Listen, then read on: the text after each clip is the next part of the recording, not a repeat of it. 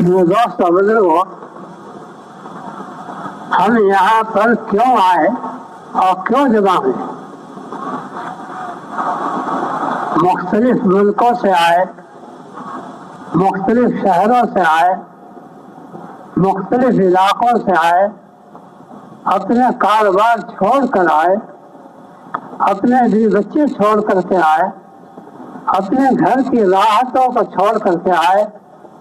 اور یہاں اس لق میدان میں جہاں نہ سردی سے بچنے کا سامان، نہ یہاں گرمی سے بچنے کا سامان، یہاں کیوں آ کر کے جمع ہے؟ وہ یہ ہے کہ اللہ تعالیٰ نے ایک زندگی پاکیزہ عطا فرمائی تھی، جس میں دنیا کی بھی کامیابی دیکھ رہے تھے اور آخرت کی بھی کامیابی یقین کے ساتھ دلوں میں دماغوں میں آ رہی تھی۔ آج وہ زندگی ہم کھو بیٹھے، وہ زندگی ہمارے ہاتھوں سے جا چکی، جس کی وجہ سے ہم دنیا میں بھی فکروں میں پھنس گئے اور باطل کے جالوں میں پڑ گئے، پھنس گئے، اور آپس میں بھی شیطان ہمیں لڑا رہا ہے، ایک دوسرے پر ظلم کرا رہا ہے، اور بری عادتوں میں ہمیں پھنسا رہا ہے، کہیں جھوٹ کی عادت، کہیں خیانت کی عادت، کہیں غیبت کی عادت، کہیں بہتان کی عادت، کہیں چوری کی عادت، کہیں شراب کی عادت، کہیں زنا کی عادت، کہیں ظلم و ستم کی عادت، آپس میں ہمیں لڑا رہا ہے اور بری عادتوں میں پھنسا رہا ہے، جس کے نتیجہ یہ آ رہا ہے کہ آسمانوں سے بھی ہمارے لیے بلائیں اور عذاب کی شکلیں اتر رہی ہیں، کہیں زمین کے زلزلے آ رہے ہیں، کہیں پانی کے سیلاب آ رہے ہیں، کہیں ہواؤں کے جھٹکے آ رہے ہیں، اور کہیں قحط سالی آ رہی ہیں، کہیں بے برکتی آ رہی ہے، طرح طرح کے عذاب آسمان سے نازل ہو رہے ہیں، کیونکہ ہماری زندگی انسانی زندگی سے نکل کر یا حیوانی زندگی بن گئی یا شیطانی زندگی بن گئی۔ دنیا میں زندگی تین ہے، ایک شیطانی زندگی، دوسرے حیوانی زندگی، تیسرے ایمانی زندگی۔ جب ہم سرکار دو جہاں سید القونین تاجدار مدینہ صلی اللہ علیہ وسلم فداء و ابی و امی کی لائی ہوئی دعوت کو اپنا کام بنا کر چل رہے تھے، جیسے سرکار دو جہاں صلی اللہ علیہ وسلم دعوت دے رہے تھے، ہم بھی دعوت دے رہے تھے، ہمیں بھی داعی بنایا، ہم سے بھی دعوت دلوائی اور بتلا دیا کہ جب تک تم میرے طریقے پر چلتے رہو گے، میرے راستے پر چلتے رہو گے، لوگوں کو دعوت دیتے رہو گے، اللہ کی طرف بلاتے رہو گے، تو اللہ تعالیٰ کا غیبی نظام تمہارے ساتھ چلے گا۔ اللہ تعالیٰ کی طرف سے فرشتے ہیں جو غیبی نظام میں فرشتے ہیں، وہ فرشتے تمہارے لیے رحمتوں کی ہوائیں لائیں، تمہارے لیے برکتیں لائیں، تمہارے دلوں پر سکینہ نازل کریں اللہ کی طرف سے، تمہارے دلوں کو آپس میں الفت و محبت سے جوڑیں گے اللہ، اور تمہارا روب باطل والوں پر پڑ جائے گا، اور باطل والے تمہاری پاکیزہ زندگی کو دیکھ کر صداقت والی زندگی آئے گی جب تم دعوت دو گے، اللہ کی طرف بلاؤ گے اور نبی پاک صلی اللہ علیہ وسلم کے طریقوں کی طرف لوگوں کو دعوت دو گے تو کیا ہوگا؟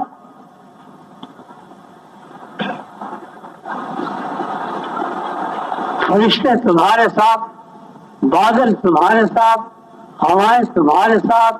زمین کا نظام تمہارے ساتھ، آسمانی نظام تمہارے ساتھ، اور تمہاری دعائیں قبول ہوگی۔ تم دنیا میں رحمت بن کر کے رہو گے، ساری دنیا کے اوپر رحمت بن جاؤ گے، کیونکہ تم رحمت للعالمین کی امت میں، وما ارسلناک الا رحمت للعالمین۔ حضور پاک صلی اللہ علیہ وسلم کو اللہ تعالیٰ نے تمام جہانوں کے لیے، تمام عالم کے لیے رحمت بنایا، تو حضور پاک صلی اللہ علیہ وسلم نے اپنی امت کو دعوت میں لگا کر اپنی امت کو بھی رحمت بنا دیا۔ غریب کے لیے رحمت، مالدار کے لیے رحمت، حاکم کے لیے رحمت، محکوم کے لیے رحمت، حاکم کو محکوم پر رحمت بنا دیا، محکوم کو حاکم کے لیے رحمت بنا دیا، تاجروں کو کاشتکاروں اور ملازموں کے لیے رحمت بنا دیا، اور ملازموں اور کاشتکاروں کو تاجروں کے لیے رحمت بنا دیا۔ آپس میں گھروں میں ایک دوسرے کے لیے، ماں باپ پہ اولاد کے لیے رحمت بنا دیا، اولاد کو ماں باپ کے لیے رحمت بنا دیا، اور آقا کو غلام کے لیے رحمت بنا دیا، اور غلام کو آقا کے لیے رحمت بنا دیا۔ یوں کہے کہ جب ہم سرکار دو جہاں سید الکونین صلی اللہ علیہ وسلم کا راستہ پکڑے ہوئے، جس کو قرآن کریم میں فرمایا اللہ تعالیٰ نے، قل هذه سبیلی ادعو الی اللہ علی بصیرۃ علی من اتبعني وسبحان اللہ وما انا من المشرکین۔ یہ بتایا اللہ تعالیٰ نے کہ ہمارے حبیب پاک صلی اللہ علیہ وسلم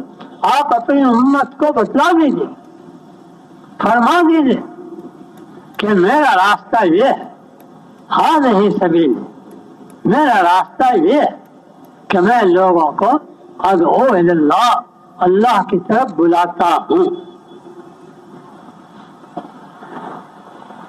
اور یقین کے ساتھ بلاتا ہوں کہ راستہ حق ہے، علی بصیرہ، میں پورے سمجھ بوجھ کر اور یقین کر کے بلاتا ہوں کہ یہ راستہ حق ہے،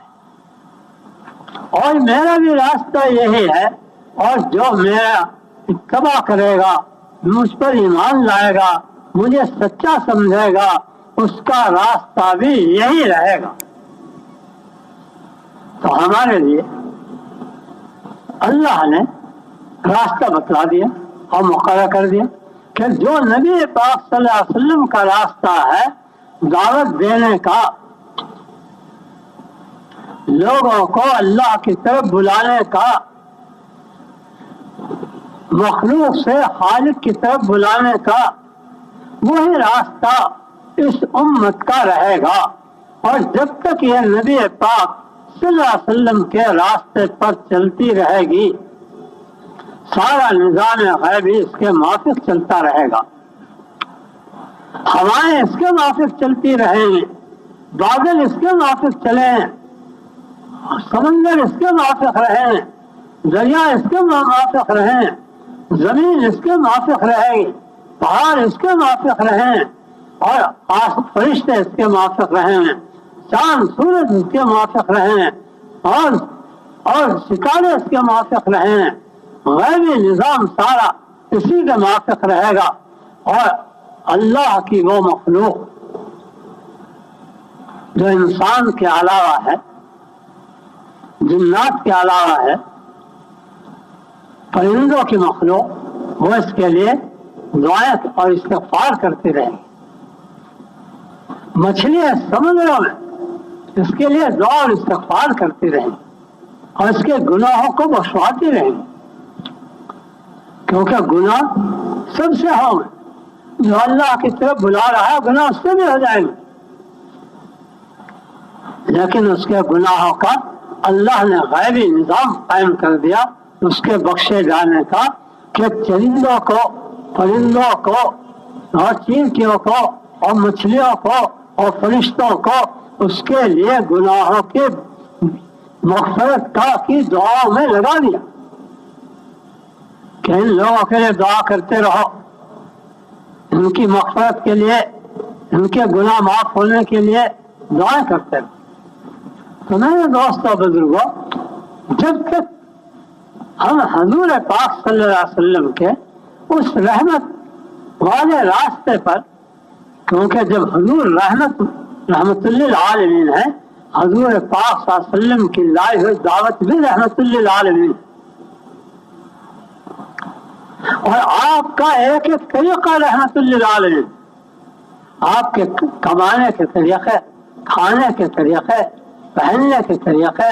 شادی کے طریقے، بچے پالنے کے طریقے، سب کے سب رحمت ہے اور پورے عالم کے لیے رحمت ہے۔ جو بھی ان طریقوں کو اختیار کرے گا اس کے اوپر رحمت کی ہوائیں چلنے لگیں، اس کے دل پر سکینہ اور سکون نازل ہونے لگے گا، اس کی جان و مال اولاد میں برکتیں آنے لگیں، اور جب وہ ان طریقوں کو دنیا میں پھیلائے گا، حبیب پاک صلی اللہ علیہ وسلم کے ان مبارک ان رحمت کے طریقوں کو دنیا میں پھیلائے گا اور ان کی طرف لوگوں کو دعوت دے گا، تو اللہ تعالیٰ کی نصرت و مدد اس کے ساتھ ہو جائے گی۔ اللہ کی مدد کے مقابلے میں کوئی طاقت ٹھہر نہیں سکتی باطل کی۔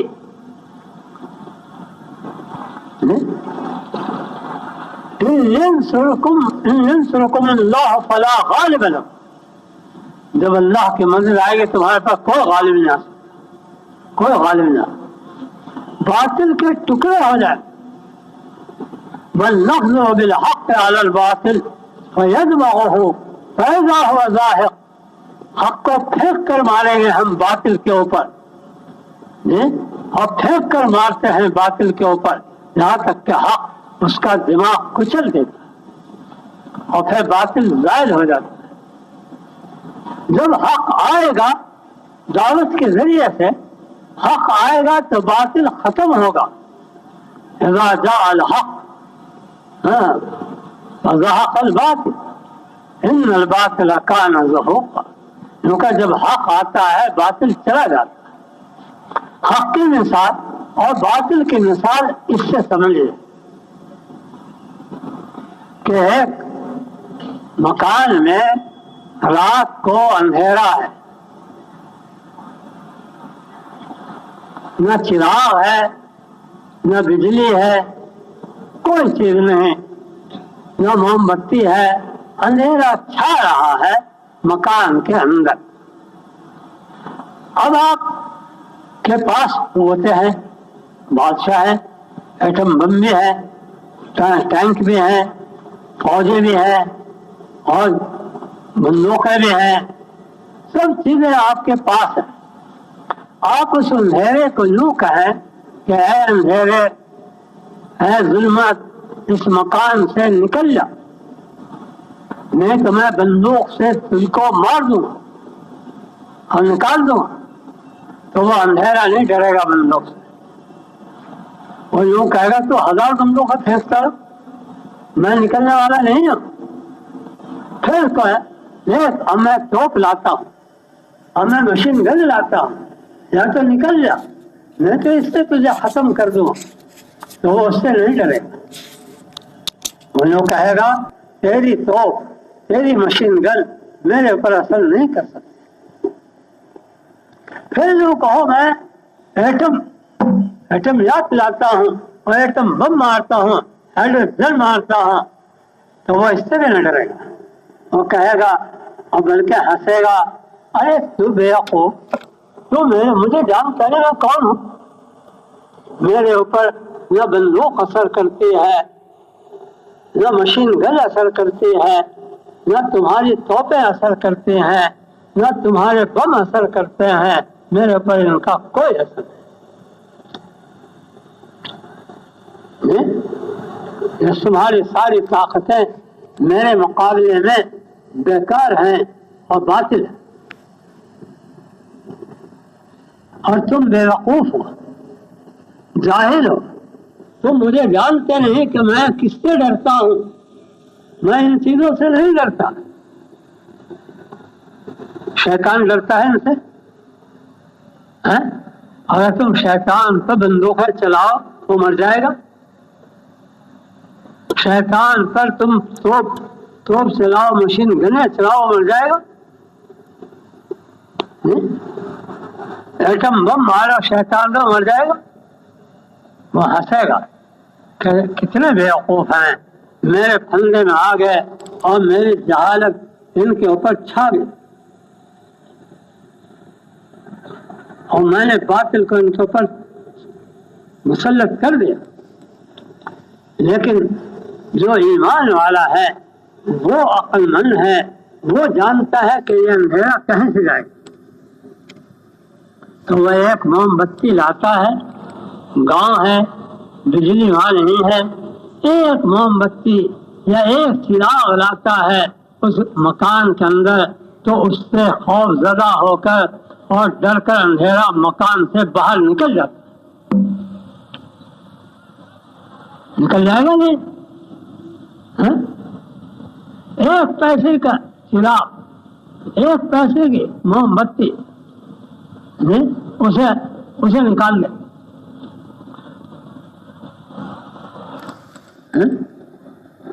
تو میرے دوستوں بزرگوں، جو کہیں اسی طرح سمجھ لو کہ باطل کسی چیز سے خوف زدہ نہیں ہوگا اور باطل نہیں مٹے گا۔ شیاطین اور طواغیت ان چیزوں سے نہیں ڈرے، لیکن اذا جاء الحق زهق الباطل، حق لاؤ، باطل کے مقابلے میں حق لاؤ۔ باطل جو ڈرتا ہے حق سے ڈرتا ہے، باطل تمہاری توپوں سے نہیں ڈرے گا، مشین گنوں سے نہیں ڈرے گا، باطل جو ڈرے گا وہ حق آنے سے ڈرے گا۔ شیطان کا باطل معمولی نہیں ہے، طواغیت کا باطل معمولی نہیں ہے، اس لیے اس کے لیے جو کہ حق لاؤ، اور سب سے بڑا حق لاؤ، اور سب سے بڑا حق وہ ہے کیا؟ کلمہ شہادت، اشہد ان لا الہ الا اللہ و اشہد ان محمد رسول، اور اس کو کاغذ پہ لکھ کے نہ لانا، کبھی کاغذ میں لا کر کے لکھ کر کے اپنی دیواروں میں لگا دو مکان کے اندر، اس سے باطل نہیں جائے گا اور نہیں ڈرے گا۔ چاہے 50 قرآن اپنے مکان میں لا کے رکھ لیو، قرآن حق ہے، کلام اللہ حق ہے، کلام نبی حق ہے، تم اس کی ان کی کتابیں لکھ کر اور قرآن کی تفسیریں لکھ کر اور قرآن خرید کر اور سونے کے پانی سے لکھ کر اپنے مکان میں رکھ لو، اس سے باطل نہیں کرے گا۔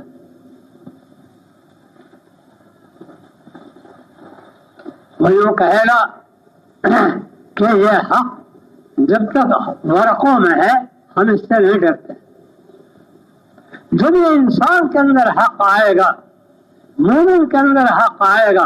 ایمان والے کے حق کے اندر حق آئے گا، تب وہ اس سے ڈرے گا۔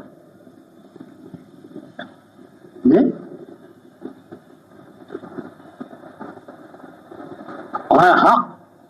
پر دلالت کرنے والے الفاظ ہیں قرآن کے. الفاظ جو ہیں وہ حق پر دلالت کرتے ہیں. حق تو وہ یقین ہے جو دل میں آئے گا. حق تو وہ ایمان ہے جو سینے میں آئے گا. حق تو وہ اسلام ہے جو آدمیوں کے جسموں میں آئے گا, ہاتھوں پیروں میں آئے گا, آنکھ کان میں آئے گا. حق وہ ہے. اور یہ الفاظ قرآن کریم کے یہ حق پر دلالت کریں گے اور بتلائیں گے. یہ حق کو بتلائیں گے, حق کی معرفت کرائیں گے کہ حق کیا ہے. کہ اللہ تعالیٰ جن صفات کو چاہتے ہیں, جس توحید کو چاہتے ہیں, وہ توحید تیرے دل میں آ جائے. جس ایمان کو چاہتے ہیں وہ ایمان تیرے سینے میں, تیرے دل میں آ جائے.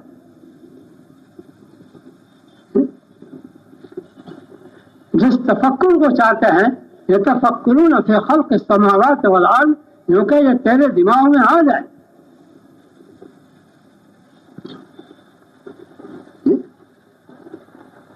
جس نظر کو تیری نگاہ میں چاہتے ہیں, ہاں, قل للمؤمنین یغضوا من ابصارہم ویحفظوا فروجہم, جو کہ یہ حقیقت تیری آنکھ میں اور تیری شرمگاہ میں آ جائے.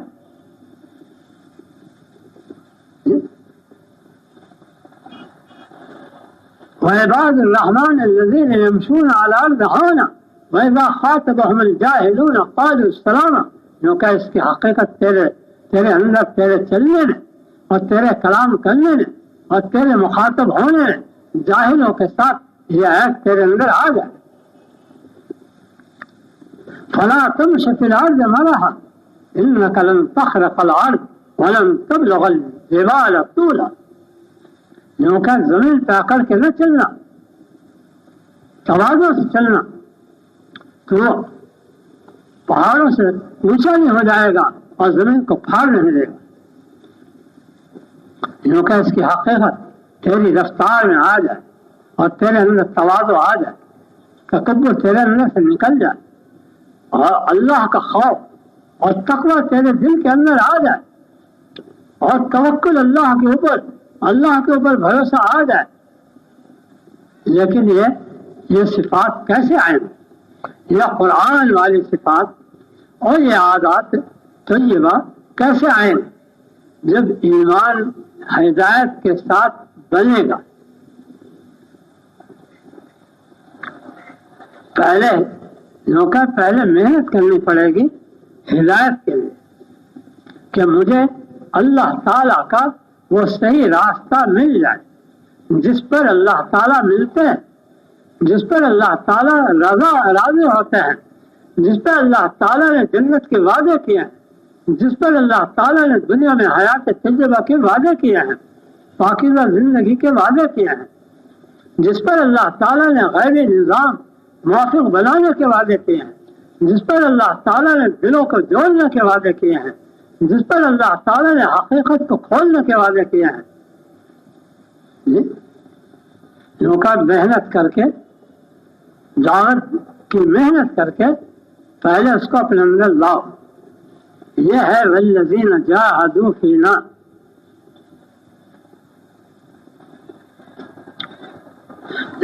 جوہد ایک محنت کا نام ہے, محنت کا, جو اللہ کے کلمے کو دنیا میں بلند کرنے کی نیت سے کی جاتی ہے,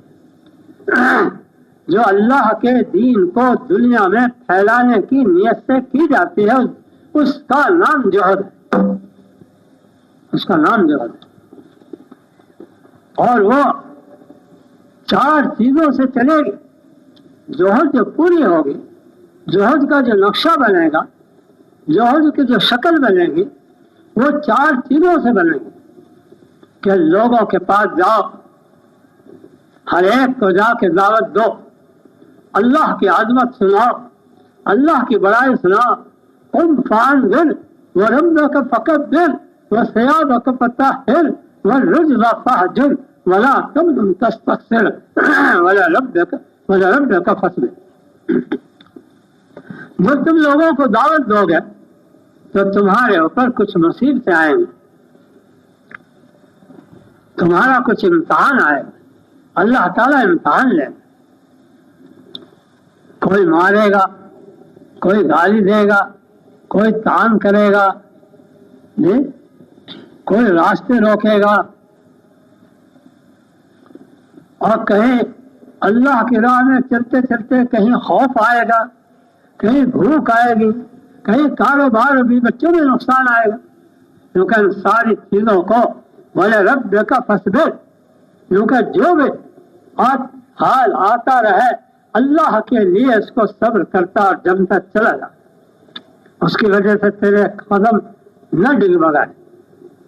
تو بہت بڑے راستے پر چل رہا ہے،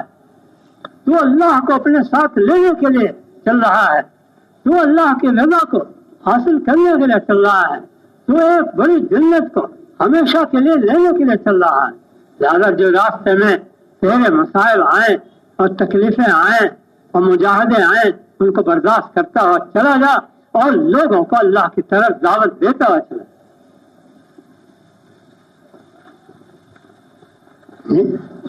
کیونکہ آدمی کے لیے دو ہی راستے ہیں، ایک جنت کا راستہ، ایک دوزخ کا راستہ۔ اللہ تعالیٰ نے انسانوں کا امتحان لینے کے لیے جنت کا راستہ تو دشوار کر دیا اور جہنم کا راستہ سرسبز اور آسان کر دیا امتحان لینے کے لیے، کیونکہ جب اللہ تعالیٰ نے جنت کو اور دوزخ کو پیدا کیا تو حضرت جبریل علیہ السلام کو بلایا، پیدا پہلے کر دیا اور پھر بلا کر فرمایا کہ جاؤ جنت کو دیکھو جو ہم نے انسانوں کے لیے بنائی ہے، اور دوزخ کو جا کر دیکھو وہ بھی ہم نے انسانوں کے لیے بنائے ہے۔ حضرت جبریل علیہ السلام نے جا کر جنت کی جو باغ بہاری، وہاں کی نہریں، وہاں کی حوریں، وہاں کے غلمان، وہاں کے سونے اور چاندی کے اور موتیوں کے مکان اور وہاں کے پھل اور وہاں کے کپڑے اور وہاں کے کھانے اور وہاں کی عیش و بہار جو دیکھے، اور پھر جہنم کا عذاب، وہاں کے سانپ، وہاں کے بچھو، وہاں کی آگ، وہاں کی پیپ، وہاں کے وہ کنویں جن کے اندر آگ بھڑک رہی ہے، جب یہ دیکھا آ کر کے عرض کیا یا بار الہ،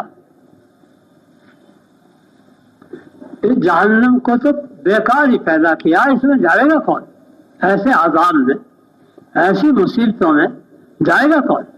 یہ تو ساری آپ کی مخلوق، سارے انسان یہ تو جنت ہی میں جائیں گے، جو جنت کی یہ نعمتیں سن لیں گے کہ جنت میں کیا کیا نعمتیں ہیں، وہ اسے چھوڑیں گے؟ اگر جہنم کا عذاب سنیں گے وہ اسے اختیار کریں گے؟ کوئی ایسا بیوقوفی ہوگا؟ لہذا جہنم تو خالی رہے گی اور جنت بھر جائے گی۔ اب اللہ تعالیٰ نے چونکہ اپنا ایک قدرت کا نظام حضرت جبریل کو دکھلانا تھا، پہلے حضرت جبریل علیہ السلام، تو اللہ تعالیٰ نے جنت کے چاروں طرف حفت الجنت بالمکارہ کر دیا، وہ حفت النار بالشہوات کر دیا، کہ انسان کے اندر ایک نفس رکھا، جس نفس کے تابع انسان چل رہا ہے آج، کیونکہ جب انسان نفس کے تابع ہو جاتا ہے تو جہنم کا راستہ اختیار کر لیتا ہے، اور جب نفس کو اپنے تابع کر لیتا ہے تو جنت کا راستہ اختیار کر لیتا ہے۔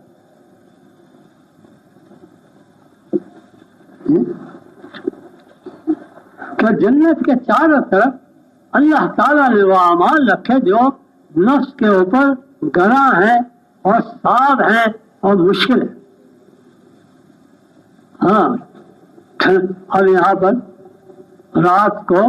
بات سننے کے لیے، اللہ کی بات رسول اللہ صلی اللہ علیہ وسلم کی بات کو سننے کے لیے یہاں جناب ان گھاس کے اوپر بڑے بڑے تاجر اور بڑے بڑے ڈاکٹر اور بڑے بڑے انجینئر اور بڑے بڑے مالدار آگے یہاں سو، اور رات کے ٹھنڈ میں، اور کپڑا بھی پاس پورا نہیں لائے، ٹھیک لو، اور ٹھنڈے پانی سے وضو کرو سردی کے اندر، کتنا مکروہ ہے نفس کے اوپر جی۔ کھانا بھی طبیعت کے مطابق نیند بھی نہ آئے اور پھر بڑا نفس لو، کتنا نفس پر زور پڑتا ہے جی۔ لیکن جو اپنے نفسوں پر زور ڈالتے ہیں کہ اے نفس مجھے ارادہ کر لیا میں نے کہ تیری اصلاح یہاں کرانی ہے اور کرنی ہے، قد افلح من زکاہا وقد خاب من دساہا، جس نے اپنے نفس کا تزکیہ کر لیا اور سدھار لیا کامیاب ہو گیا، اور جس نے نفس کو خواہشات میں چلا دیا ناکام ہو گیا۔ تو یوں کہ نفس جن چیزوں کو چاہتا ہے اور جن کا یہ عاشق اور دلدادہ ہے وہ جہنم کے چاروں طرف وہ اعمال لگ رہی ہے، زنا کرنا، شراب پینا، حرام کھانا، ظلم کرنا، جھوٹ بولنا، خیانت کرنا، دھوکے دینا اور مال کا عاشق بننا جی، مال کو چاہنا، حسین و جمیلوں کو چاہنا، دنیا کو چاہنا، جو کہ یہ سارا جہنم کے چاروں طرف یہ اعمال کر دیے، اور جنت کے چاروں طرف رمضان کے روزے، گرمی کا زمانہ آ رہا روزے رکھو، لوگ تو چل رہے جی، اور بیچارہ مزدور ہے، مزدوری بھی کر لیں اور روزے بھی رکھ لیں، موٹریں بھی چلانے پشاور سے یہاں تک اور کریں چیزیں اور روزے بھی رکھ لیں، اور گرمی کا زمانہ، اور نمازیں بھی پڑھنی، اور ساتھ میں روزانہ تو 5 نمازیں پڑھتے تھے، اور وہ گرمی کے زمانے میں جو وہ آیا تو جناب یوں کر تراویح میں پڑھو 20 نہ بھائی، اور کتنا مشکل ہے۔ اور یوں کہ مال میں سے اس مال کو یوں کہ اس کی بلڈنگ نہ بناؤ، اور اس کے تکبر کے لباس نہ بناؤ، اور اس کے شہرت کے کھانے نہ بناؤ، اور اس کو عیش و آرام میں انگریزیوں میں نہ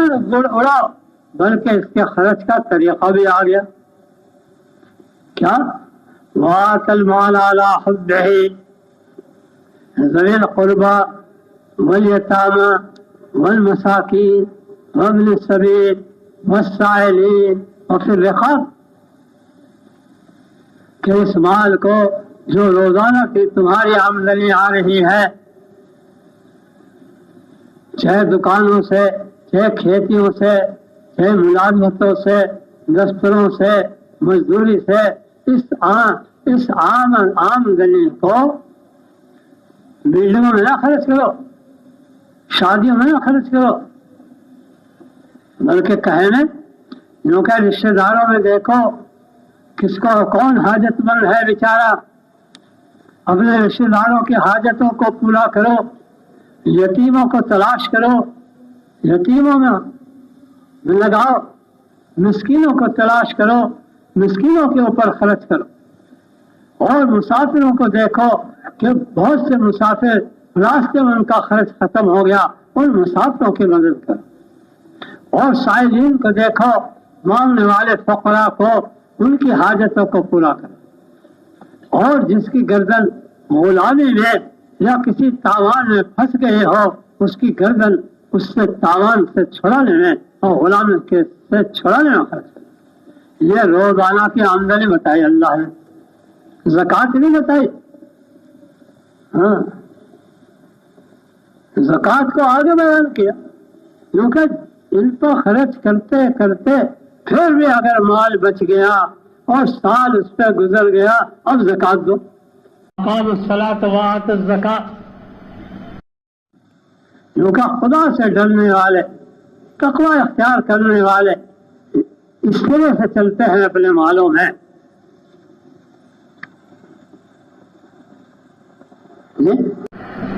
اب یہ نفس کے کتنا خلاف ہے یہ بتاؤ. میں روزانہ آمدنی جو کما کے آؤں اپنے دکان سے یا کھیتی سے یا ملازمت سے یا مزدوری سے اسے لا کر 7 حصوں میں تقسیم کروں. ایک حصہ اپنے بیوی بچوں کے لیے اور اپنے لیے رکھو، اور 6 حصے رشتہ داروں پر، یتیموں پر، مسکینوں پر، مسافروں پر اور فقراء پر اور مصیبت زدوں پر لگاؤں. یہ نفس کے کتنا خلاف ہے، کیونکہ اس پہ چلنا پڑے گا. اگر تم اللہ تعالیٰ کی غیر مددوں کو لینا چاہتے ہو اس پر آنا پڑے گا. اگر اللہ تعالیٰ کی رحمت کی ہوائیں چلوانا چاہتے ہو، اپنے جان و مال میں برکت لانا چاہتے ہو تو اس پر چلنا پڑے گا.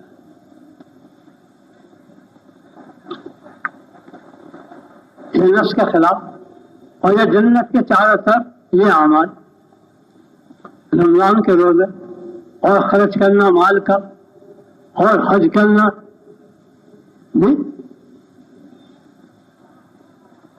اور جہنم کے چاروں طرف یوں کہ کھیلتے کودتے چلے جاؤ. سب زباں ہے، خواہشات پورے کرتے چلے جاؤ. جو نفس چاہے اسی کو پورا کرتے رہے، اسی کی نفس کی خواہش کو پورا کرتے رہے چلے جاؤ. کیونکہ ایسے لوگوں کو اللہ تعالیٰ آسان کریں گے اس کو ان کا بھی چلنا. جو جنت کے راستے پر چلے گا، اعمال نبی کے راستے پر چلے گا، طریقہ نبی کو اختیار کرے گا، صلی اللہ علیہ وسلم کی محبت اور آپ کے اطاعت اور اتباع پر چلے گا، اللہ تعالیٰ فرماتے ہیں ہم ان کا راستہ بھی آسان کر دیں گے. فَأَمَّا مَنْ آتَى وَاتَّقَى وَصَدَّقَ بِالْحُسْنَى فَسَنُيَسِّرُهُ لِلْيُسْرَى. اور جو غلط راستے پر چلے گا، باطل کے راستے پر چلے گا، ہم اس کا راستہ بھی آسان کر دیں گے جو جہنم کے راستے میں جا رہا ہے. وَأَمَّا مَنْ بَخِلَ وَاسْتَغْنَى وَكَذَّبَ بِالْحُسْنَى فَسَنُيَسِّرُهُ لِلْعُسْرَى. راستے اللہ نے دنیا میں کیونکہ باطل والوں کا راستہ بھی آسان اور حق والوں کا راستہ بھی آسان، دونوں آسان ہیں. جو جس راستے پر چلے گا اسی کا راستہ آہستہ آہستہ آسان ہوتا چلا جائے گا. کیونکہ جب چور چوری کے لیے چلے گا تو یہ نہیں کریں گے اللہ تعالیٰ کے 2 قدم نکلا اور ٹانگ ٹوٹ گئی، پھر وہ چوری کرے گا کیسے؟ نہیں، اس کے لیے چوری کا راستہ آسان کر دیں گے. اسے تدبیر آ جائیں گے اس کے ذہن میں کہ اس طرح مکان میں داخل ہوں گا، اس طرح تالے توڑوں گا اور اس طرح مال لوں گا اور اس طرح چھپوں گا اور اس طرح سپاہیوں کا اپنا ہمدرد بناؤں گا، کچھ انہیں رشوت دوں گا اور اس طرح سے میں جا کے کوٹھی بنا لوں گا. ساری تدبیریں دماغ میں آ جائیں گی اور اللہ ہی کی طرف سے آ جائیں گے.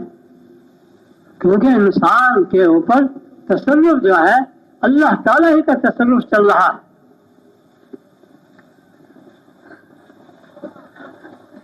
جو جھوٹ بول کر کے کمانا چاہے گا اپنے کارخانوں میں اور اپنے دکانوں میں اور ذمہ داریوں میں، جو کہ یہ نہیں کریں گا کہ ادھر جھوٹ بولو اور ادھر زبان میں کیڑے پڑ گئے، ادھر زبان سے جھوٹ بولو، یہ نہیں کریں گے. نہیں، بڑی پھنسی زبان چلے گی، خود بولے گا. اور جھوٹ بولنے والا جتنا ملمہ سازی کرتا ہے اور جتنا آدمی کو بنا لیتا ہے، سچا آدمی اتنا نہیں بنا سکے گا، وہ بہت مشکل میں سے موافق کرے گا. تو جھوٹ بولنے کی ساری تدبیریں سے بتا دیں کہ مال کو تو اس طرح جھوٹ سے اس طرح سے رواج دے سکتا ہے اور 1 کے 10 لے سکتا ہے.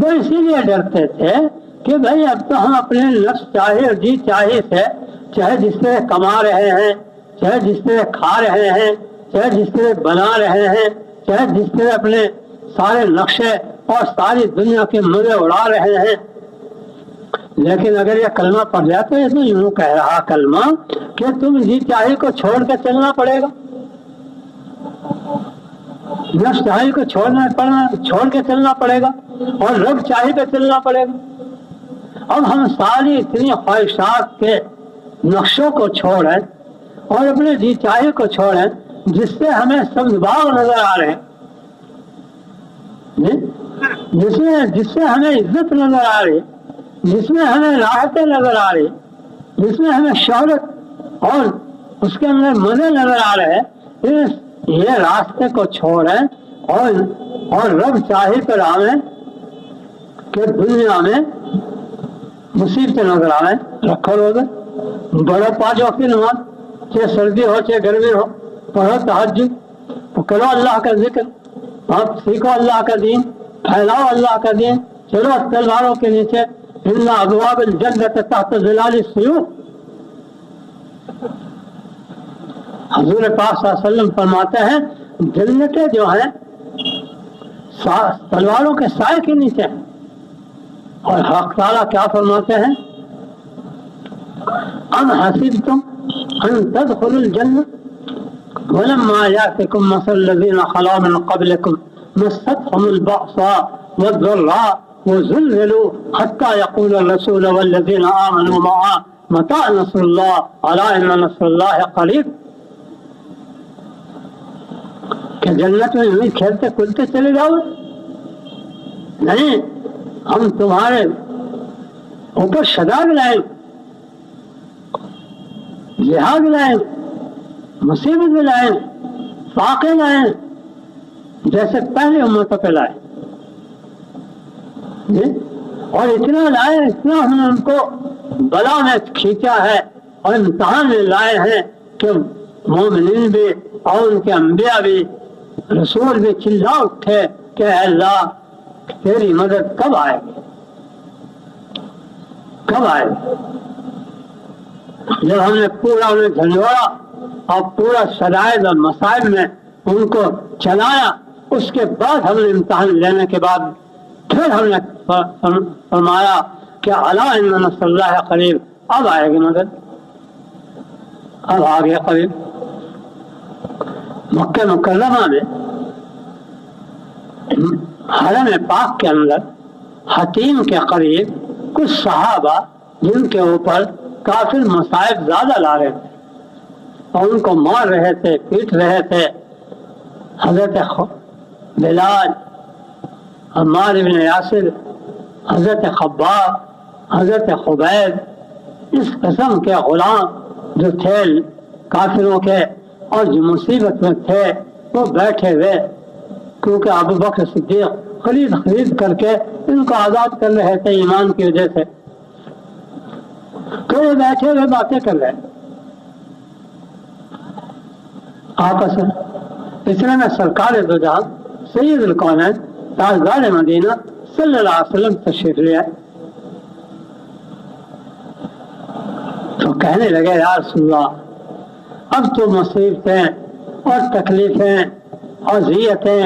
ہمارے اوپر حد سے زیادہ بڑھ گئی، اب تو دعا فرما دی کہ اللہ اس سے نجات دے۔ جیسے آج کل کہتے ہیں جہاں کوئی مصیبت آئی اور فوراً دعا کے لیے بھاگ پڑے، تو حضور پاک صلی اللہ علیہ وسلم نے یوں نہیں فرمایا کہ گھبراؤ نہیں، ابھی دعا کرتا ہوں، بیت اللہ موجود ہے، منتظم موجود ہے، بیت اللہ کا پردہ پکڑ کے ابھی دعا کرتا ہوں، ابھی تمہاری ساری مصیبتیں کافر اور سب دور ہو جائیں گے، یہ نہیں فرمایا۔ حالانکہ بیت اللہ بھی موجود اور رسول اللہ بھی موجود، دعا والے بھی موجود جن کی دعا کو اللہ تعالیٰ قبول فرماتے ہیں، اور مقامی دعا بھی موجود، لیکن دعا نہیں کرتے، بلکہ اور زیادہ مصائب پر صبر کرنے کی تلقین دیتے ہیں کہ ابھی نہیں مصیبتیں آئی، ابھی اور آئیں گے، ابھی اور تیار ہونا ہے. اور فرمایا ارے ابھی سے گھبرا گئے؟ تمہیں معلوم نہیں پہلی امتوں میں اسی کلمے کے پڑھنے والے پر کتنی مصیبت آتی تھی کہ ایک ظالم بادشاہ کافر اس کلمہ ایمان کلمہ توحید کے پڑھنے والے کو بلاتا تھا اور اس کے سر پہ آرا رکھتا تھا جس سے لکڑی چیرتے ہیں منشار، اور یہ کہتا تھا کہ یا اس کلمے کو چھوڑ دے نہیں تو آرے سے چیر کر تیرے 2 ٹکڑے کر دے جائیں. مگر وہ کلمے میں اتنا مضبوط ہوتا تھا، ایمان اس کا اتنا پختہ ہوتا تھا کہ وہ چیر کر 2 ٹکڑے ہو جاتا تھا مگر کلمے کو نہیں چھوڑتا تھا. اور دوسرا واقعہ فرمایا کہ ایک ظالم بادشاہ ایمان کے کلمے پڑھنے والے کو بلاتا تھا اور لوہے کی کنگھی اس کے بدن پہ رکھتا تھا اور کہتا تھا اس لوہے کی کنگھی سے تیرے بدن کی ساری کھال اتار دی جائے گی نہیں تو کلمے کو چھوڑ دے. مگر وہ اتنا مومن پکا ہوتا تھا، ایمان والا ہوتا تھا کہ وہ چر کر وہ ساری کھال اتروا لیتا تھا بدن کی مگر کلمے کو نہیں چھوڑ سکتا. یہ 2 چیزیں بیان فرمائی ان کو اور ترغیب دینے کے لیے کہ ابھی کیا مصیبتیں آگے آ رہی، ابھی تو مصیبتوں کے دروازے میں داخل ہوئے، ابھی مصیبتیں آگے آئیں.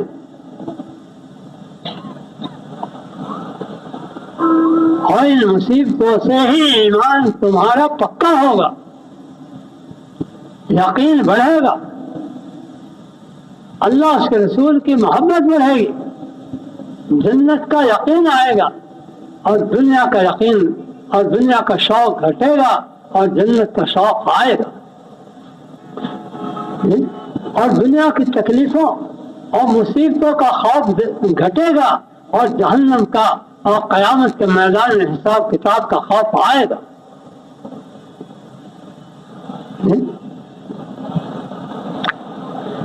فما ولکنکم تستعجلون، ارے تم تو بہت جلدی چاہتے ہو اللہ کی مدد آ جائے. جیسے آج کے مسلمان ہمارا کیا حال ہے، تھوڑا سا دین کا کام کیا اور اگر کہیں مصیبتیں آ گئی، راستے میں مقابلہ آ گیا کافروں سے یا کسی سے، بس یوں انتظار کرنے لگتے ہیں کہ بس آسمان سے ابھی فرشتے آ جائیں. تھوڑا سا کام کر کے غیر مدد کا انتظار کرنے لگتے ہیں اور یوں خبر نہیں کہ حق تعالیٰ کیا فرما رہے ہیں اس راہ میں چلنے والوں کو.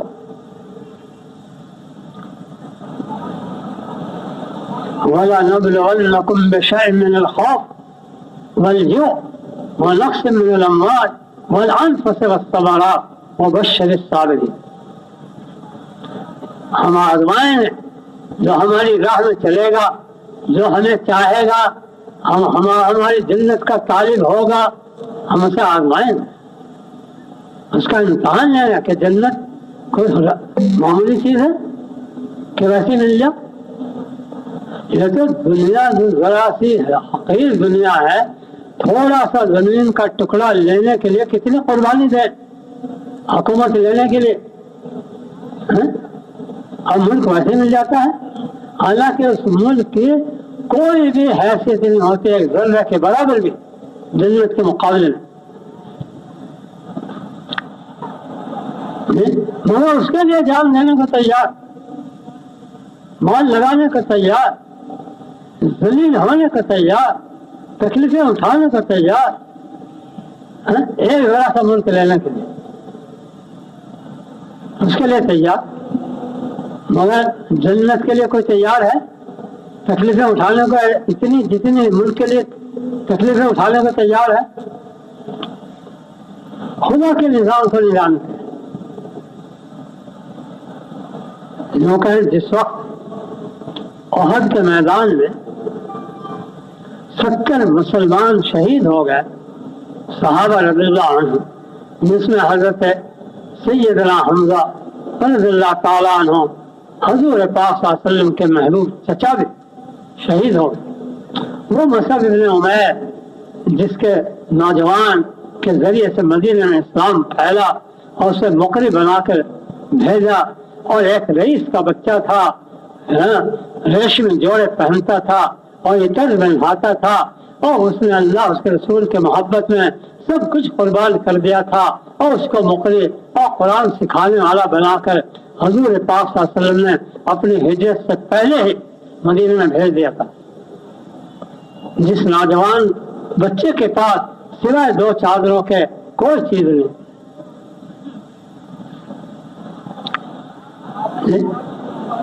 اور اس کے ہاتھ پر بڑے بڑے قبیلے اسلام لے آئے.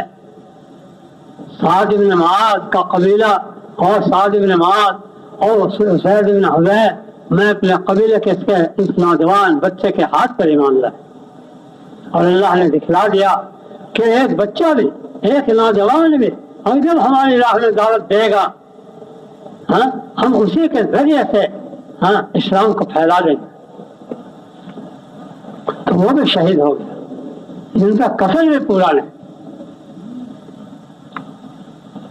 عبداللہ بن جہش بھی شہید ہو گیا، اور بڑے بڑے محبوب صحابہ شہید ہو گئے، 70 شہید ہو گئے، اور جتنے بچے سارے زخمی ہو گئے. یہاں تک کہ سرکار دو جہاں سید الکونین صلی اللہ علیہ وسلم کو بھی 3 تکلیفیں پہنچی. ایک تو پتھر آیا اور دانت جھاڑ دیے، ربائی کے دانت جھاڑ دیے. اور ایک پتھر آیا، خود کی کڑی، جو آپ نے خود پہن رکھا تھا لوہے کی ٹوپی، اور نیچے زرہ تھی اور دونوں کو جوڑ رکھا تھا، یوں کہ خود کی کڑی آپ کے وجنا میں یعنی پٹ پڑی میں اندر گھس گئی، اس سے بڑی سخت تکلیف پہنچی. اور تیسری کیا، ان کافروں نے زمین پر ایک گڑھا کھودا اور اس کے اوپر گھاس ڈال دی تاکہ کسی کو معلوم نہ ہو مسلمان کو کہ یہ گڑھا ہے، یہ زمین ہے. اور گہرا کھودا کہ آدمی گرے تو نکل نہ سکے. اسی میں سرکار دو جہاں صلی اللہ علیہ وسلم کا پیر آیا اور آپ گڑھے کے اندر. یہ 3 تکلیف ہوگی.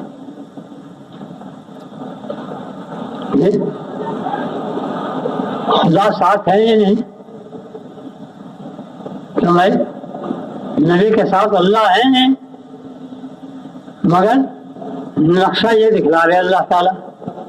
اپنے نبی کے ساتھ میں نقشہ دکھلا رہے کہ ربائی دانت جل رہا کافر کے پتھر سے، اور خود کی کڑی پڑی میں گھس رہی ہے، اور گڑھے کے اندر بھی جا رہے ہیں، اور 70 شہید ہو رہے. تو بعض مسلمانوں کے دلوں میں یہ اشکال آیا اور کہا، اے اللہ، تیرے کلمے کے لیے لڑ رہے ہیں ہم، تیرے نبی کے ساتھ ہیں، نبی ہمارے ساتھ ہے، حق کے لیے لڑ رہے ہیں، تیرا کلمہ بلند کرنے کے لیے لڑ رہے ہیں، اور پھر ہمیں مارے جائیں اور ہمارے آدمی مارے جائیں اور ہمیں باقی سارے زخمی ہو جائیں. یہ اشکال آج مسلمانوں کو یہی اشکال آتا ہے، کیونکہ خدا کے نہ نظام کو جانتے ہیں، نہ سنت کو جانتے ہیں، نہ قدرت کو جانتے ہیں.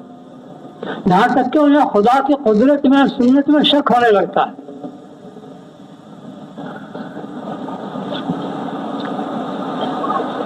تو اللہ تعالیٰ نے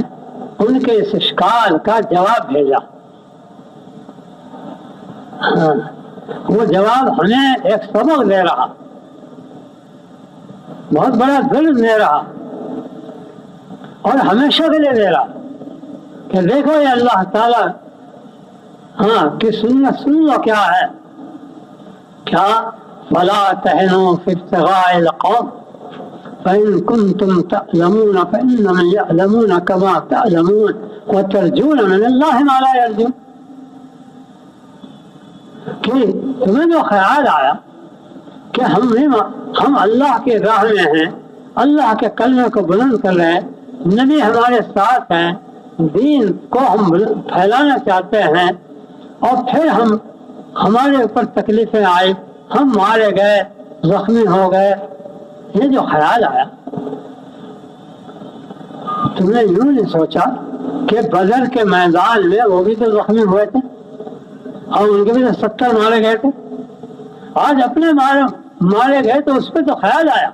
اور جو ان کے 70 مارے گئے تھے وہاں نہیں خیال آیا تمہیں؟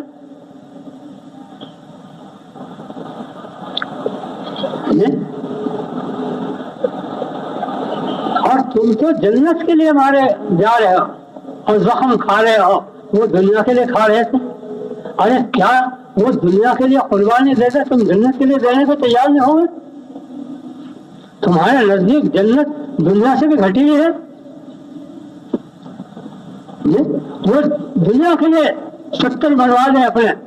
اور زخمی ہو جائیں، اور تم جنت کے عاشق ہو کر، جنت کے طالب ہو کر تم جنت کے لیے جان دو گے؟ یہ تمہیں اشکال کیوں آیا؟ یہ ہمیں سبق دے رہے کہ دیکھو جنت سستی نہیں ہے۔ جتنے دنیا والے اپنی دنیا جو بے قیمت ہے، مچھر کے برابر بھی پوری دنیا کی قیمت نہیں ہے، ان پہ تو ذرا ذرا سے ٹکڑے ہیں۔ مچھر کے اگر کتنی دولتیں ہیں دنیا میں،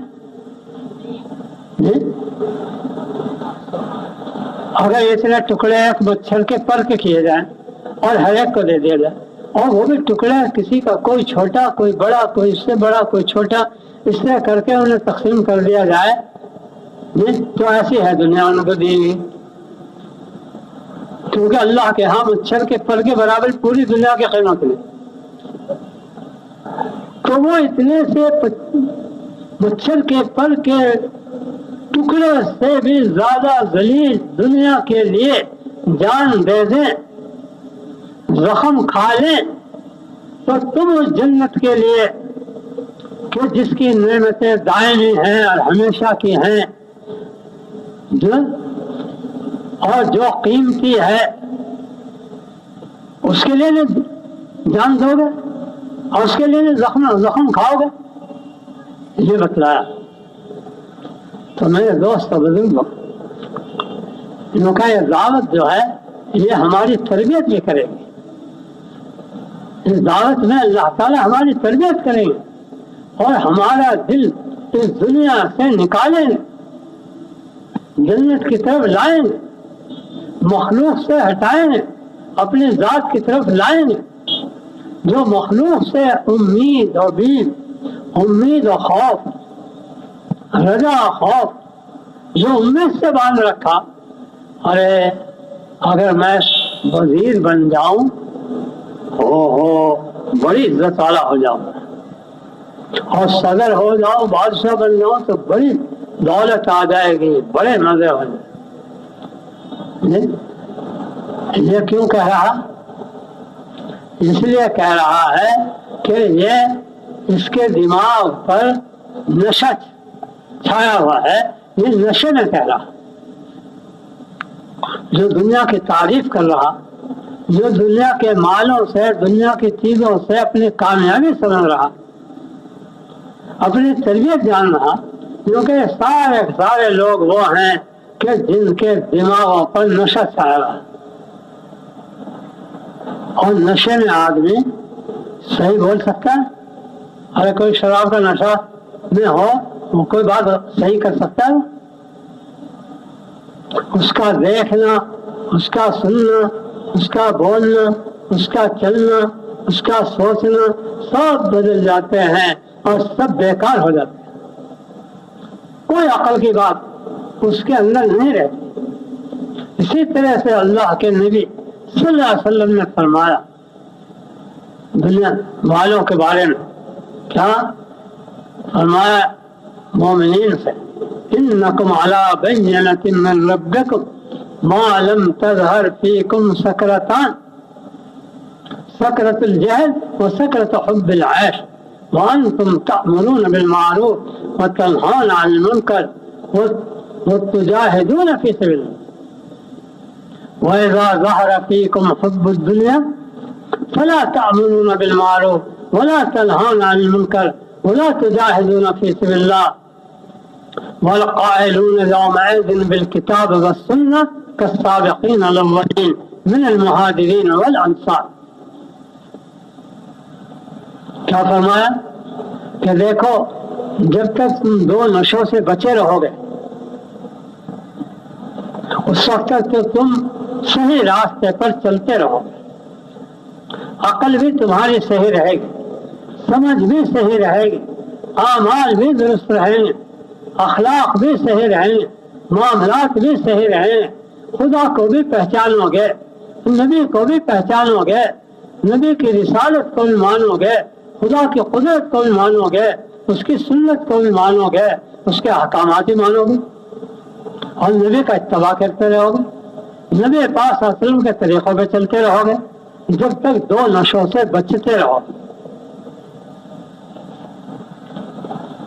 پہلا نشہ کیا